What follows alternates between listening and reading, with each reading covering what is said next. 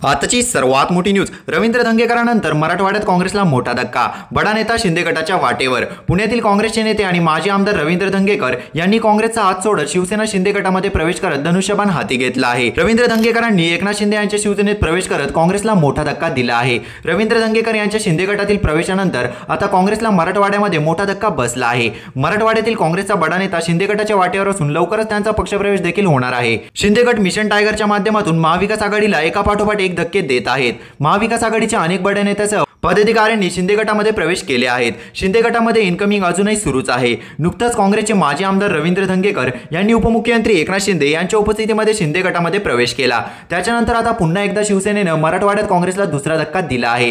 हिंगोली विधानसभेत काँग्रेसकडून सलग 3 वेळा आमदार राहिलेले काँग्रेसचे नेते भाऊराव पाटील गोरेगावकर आपल्या हजारो समर्थकांसह शिवसेना शिंदे गटामध्ये प्रवेश करणार आहेत.